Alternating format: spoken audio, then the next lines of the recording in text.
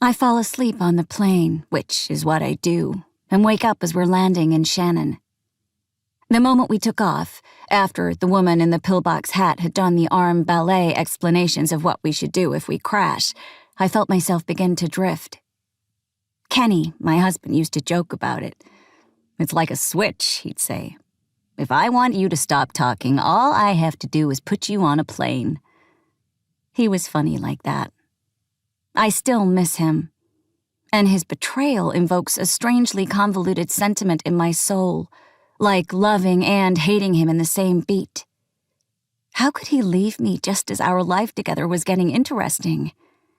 We were consolidating our future, giving our home the makeover required for our planned family.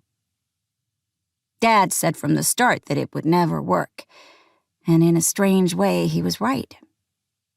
Kenny was an artist, a dreamer, and that's kind of an anathema to Dad's ambitious drive as a top lawyer in a competitive environment. But I guess I'm a dreamer too, with all the requisite fluffy lack of substance that comes with it. The only difference is that Kenny was struggling to keep his head above the rising tide of living, while I was living the dream. The hard light of a new day hits me as the tires hit tarmac, but there's no point in going over old news. One of the reasons I got on the plane in the first place was to put Kenny behind me, to get over him, so to speak.